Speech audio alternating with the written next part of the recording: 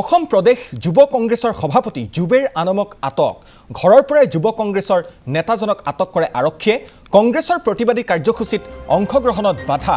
জুবেৰ আনমক সাংসদ ৰকিবুল হুছেইনক আক্ৰমণক লৈ ৰাজ্যত অব্যাহত আছে প্ৰতিবাদ মহানগৰীতো আজি যুৱ কংগ্ৰেছৰ প্ৰতিবাদী কাৰ্যসূচী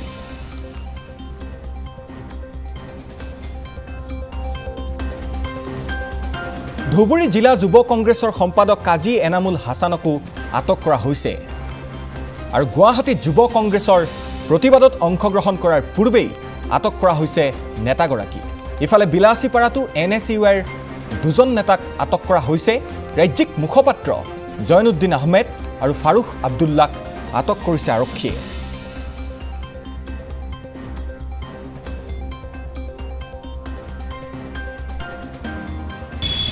সকলোৱে জানে আমাৰ ধুবুৰী লোকসভাৰ সাংসদ ৰকিবুল হাছানক যি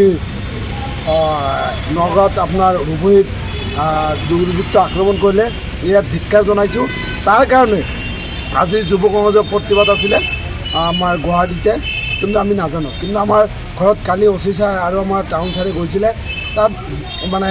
আমাৰ ইউথ কংগ্ৰেছৰ সভাপতি ঘৰতে গৈছিলে কিন্তু আমি এইটোত ভয় নাখাওঁ আমি পুলিচ প্ৰশাসনৰ লগত ভয় নাখাওঁ আমি গণতান্ত্ৰিকভাৱে প্ৰতিবাদ কৰিম যেতিয়ালৈ জীয়াই থাকিম তেতিয়ালৈকে আমি ন্যায়ৰ হৈ যুঁজি যাম সকলোৱে জানে যি বিজেপি চৰকাৰে আজি মানে অন্যায় অত্যাচাৰ কৰি আছে আমাৰ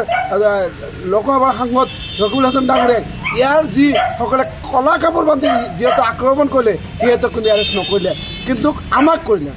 ইয়াৰ দ্বাৰা কি বুজাব চাইছে ইয়াৰ দ্বাৰা মুখ্যমন্ত্ৰী ডাঙৰীয়া ভয় খাইছে ইয়াত সংকিত 100% মুখ্যমন্ত্ৰী ডাঙৰীয়া ভয় খাইছে আমি পুলিচ প্ৰশাসনক নহয় আমি অসম চৰকাৰক ধিক্কাৰ দিছোঁ ইতিমধ্যে আমাক 6 জন আটক কৰিছে কিন্তু আমি সঁচাকৈ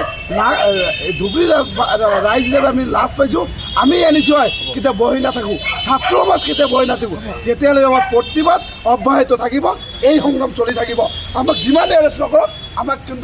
আমাক কিন্তু ৰোধ কৰিব নোৱাৰিব আমি সঁচা কথা কৈছোঁ আৰু আমি হিমন্ত বাহিনীক অনুৰোধ কৰিছোঁ আপোনালোকে যিমান এৰেষ্ট কৰিব আমাক কেতিয়াও ৰোধ কৰিব নোৱাৰিব ইয়াৰ দ্বাৰা আপোনালোকে নোৱাৰে আমাক ৰোধ কৰিবলৈ